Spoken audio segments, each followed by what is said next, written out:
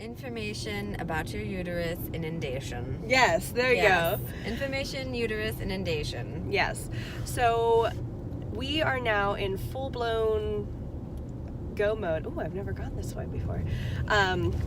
Information with McGee. So really big fans of Dr. Katari right now. She's been super sweet. Actually, all the nurses have been really sweet, and we were not expecting that. Everything we heard about McGee was pretty negative, especially when it came to LGBT couples. So. Yeah, so they have. Yeah, we had a low bar. We had low standards for them, and they have flown over that bar that we set. They really have.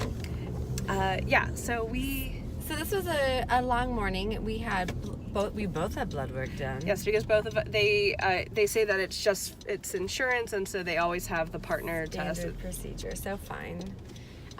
So we both have blood work done. This is the blood work where we'll find out Caitlin's CMV status, so we can move forward with ordering our donor sperm, and then we saw the doctor. Yeah, so we both had our blood work done at the same time, and that's never happened before. We were both like dual blood working. Ding ding ding ding ding. If we were braver, we would have asked one of the nurses to take us to the restaurant. No, take our picture for their vlog. Okay, yeah. So we had all of our testing. She was even able to add on an extra test. So prolactin, a big deal has been prolactin. I've had my prolactin taken like lots of times. 3 times now. I think right. 3 or 4 times. So she talked about the difference between because they did a next level prolactin test after the first 2. Mm-hmm. My prolactin levels are slightly elevated, so it's really not a huge concern. She's not nervous about my a couple points over the normal range. And it could be from anything. It could be from lack activity, of sleep, Yep, we'll just say each other's things. Yes. It could be from anything. Anything, but since I'm not having a sort of discharge, I'm not having an issue with my period. There's no symptoms. There's no major red flags. So she's saying that she really thinks that we're just going to keep an eye on it and proceed as normal. So yeah, she talked about the difference between the mono cell, so like one cell versus a group of cells that may change the form. If you are having prolactin issues and you want to talk about it, I'll talk about prolactin with you, but I'm not going to spend an hour talking about it. We could spend an hour talking about it. So other things that she talked about, HSG, blah, blah, blah. But she gave me the choice whether or not we wanted to do the test again. So the HSG test came back inconclusive last time, and we sort of knew that because Caitlin then had another saline test, and it unblocked the tubes. It was conclusive. So the doctor wants Caitlin to have another HSG test.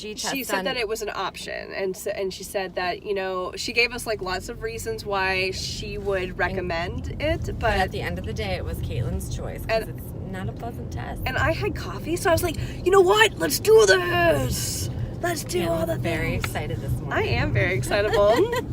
I had like 1/4 cup of coffee, and that was... She is ready to go. Woo! Watch out, world. I know.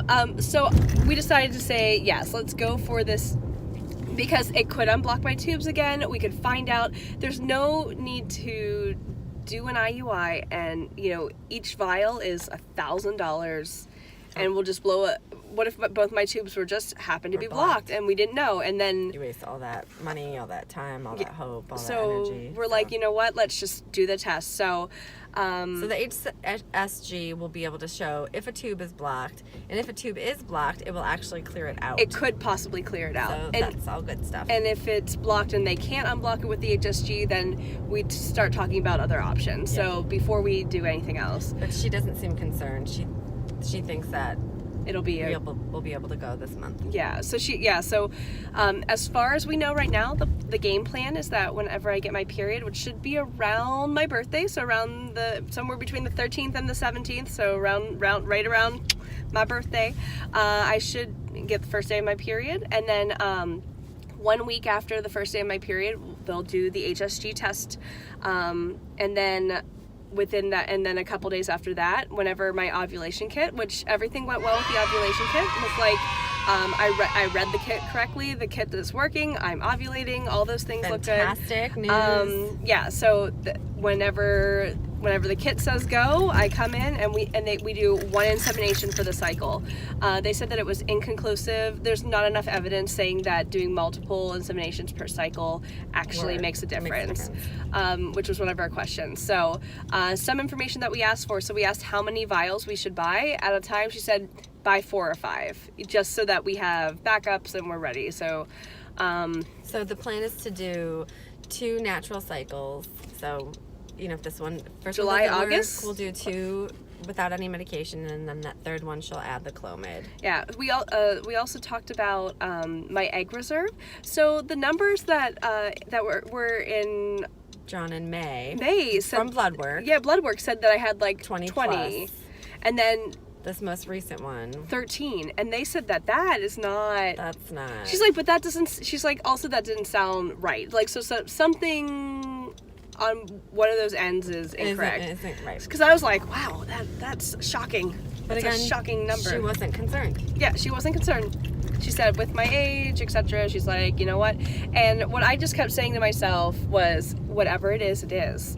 You can't change that. You can't change that. You can, and I think that all this TTC stuff has been a big practice in acceptance, because there are things that you cannot control, and so like, okay, and if the doctor isn't concerned, if this is something that we can work with, then fine, and we will just keep pressing forward. Right. So that's where we are right now. Yeah. Sorry, I just talked a mile a minute. I know, but that's great. So that's the update. Next steps is wait for the period, HSG test, and then the insemination. So we're hopefully about a month away from IUI number 1. Number 1. All right. Bye. Happy 4th. Happy 4th of July. We are so excited to start this IUI, this cycle. I mean, we can't believe it's already here.